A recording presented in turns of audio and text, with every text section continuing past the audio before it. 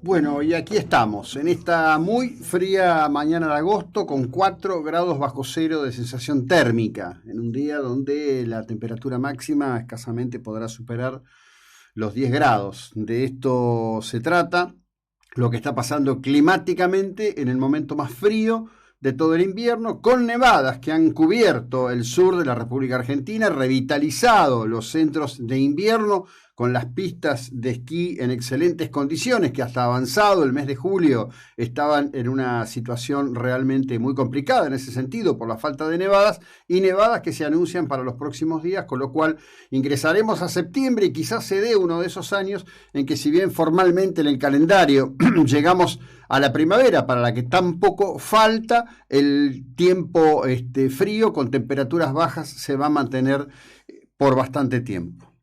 En esta extraña paradoja que nadie parece querer explicar, o porque quizás nadie pueda explicar, por qué en el momento en que íbamos a estar en el pico, por el cual se prorrogó el momento en que vamos a concurrir a las PASO y con posterioridad deberemos votar. Recordemos que ya tendríamos que haber votado en las PASO y que en septiembre estaríamos en condiciones, octubre, de poder votar para elegir verdaderamente en un año crucial, donde hay que recordar que no existirá el 2023 si no hay 2021, y en donde hay que decir, como un sonsonete, por cansador que parezca, que votar es el instrumento de cambio que tenemos los argentinos.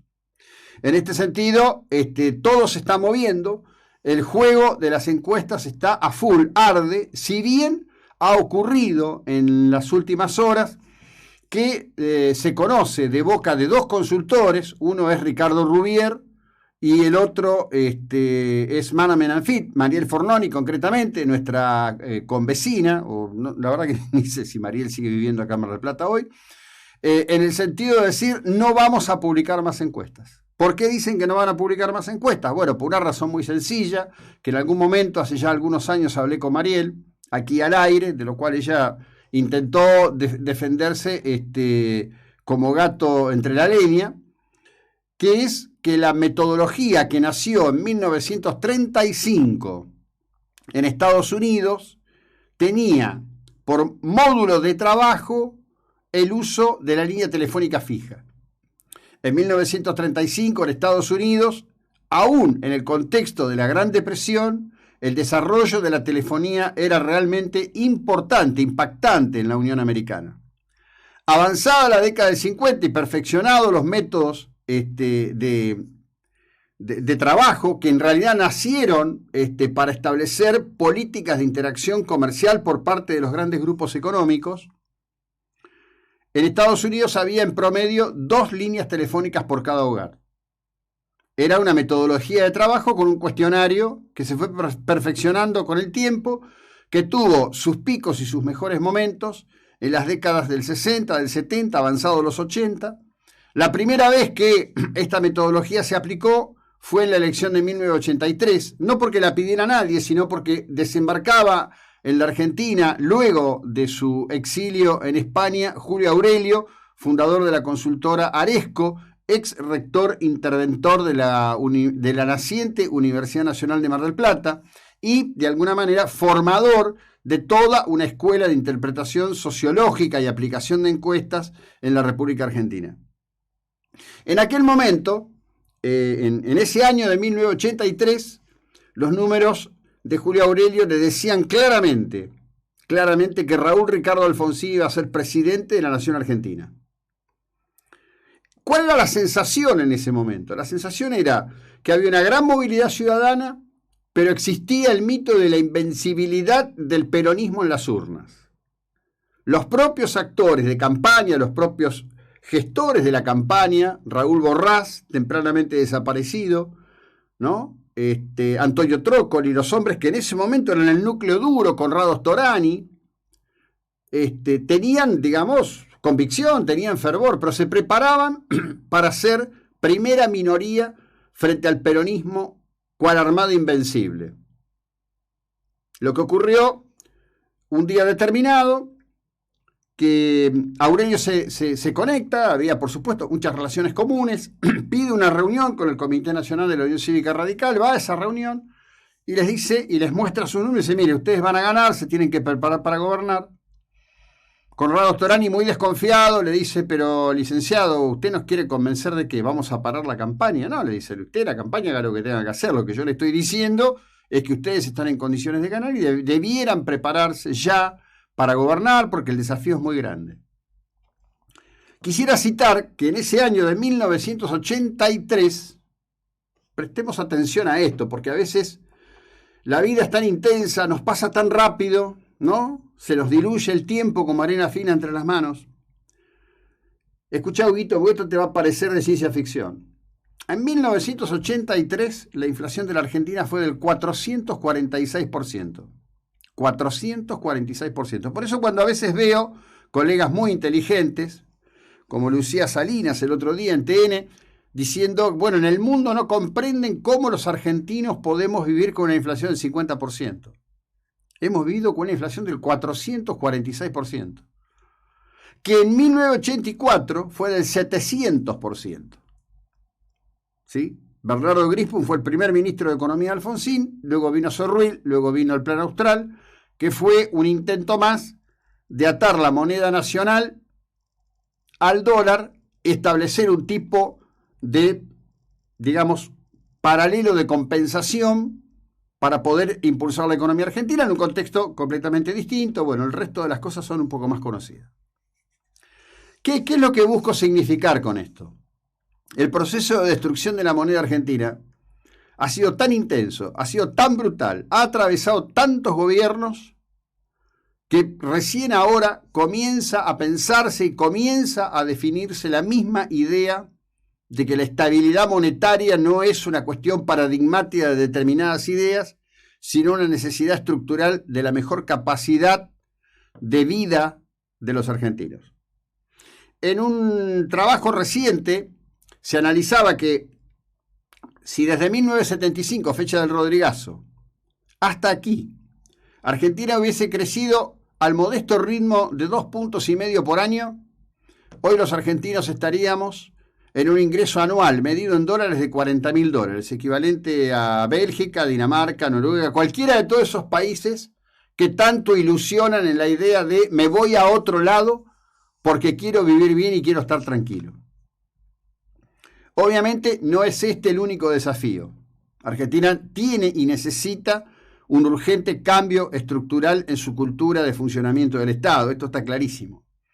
Hoy el país que ocupa un triste y amargo lugar, 8º, en la lista de fallecidos per cápita en el planeta, ¿sí? Estamos en los 110.000 compatriotas que han fallecido en este conteo al respecto de la cuestión del COVID, sin contar los que fallecen a consecuencia de la otra pandemia, porque ayer en Mar del Plata, una mujer joven de 31 años, allí en la ruta 88, a la altura de la zona camino a Batán, fue atropellada, literalmente, no sé, no conozco las condiciones, voló por el aire, conducía a un sujeto que está detenido en un Fiat Uno, siguió de largo, los vecinos llamaron, lo pudieron ubicar, está detenido, pero desde ya, por supuesto que esa detención va a ser una cosa muy breve, porque el marco legal, en donde no termina de haber acuerdo en cómo debe funcionar esto,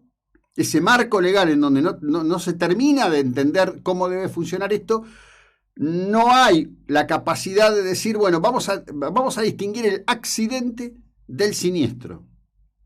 Esta muerte de ayer, todo indica, fue un siniestro. Y debería haber una categoría de siniestro doloso. Debería haber un marco legal distinto en donde no hay acuerdo. Por eso pasan las cosas que pasan, las frustraciones que ocurren, la desesperación de las familias.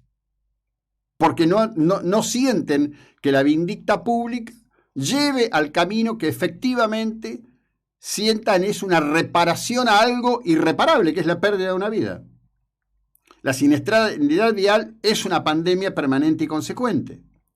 Como también lo es, y por supuesto que lo es, la cuestión al respecto del tema de la inseguridad, porque el plexo ideológico en el que se mueven y la falta de interés en hacer cambios profundos en el esquema de seguridad, en particular en provincia de Buenos Aires, lleva a situaciones tremendas como las que otra vez en una nueva oleada de violencia muy fuerte se está viviendo y la estamos sintiendo absolutamente todos.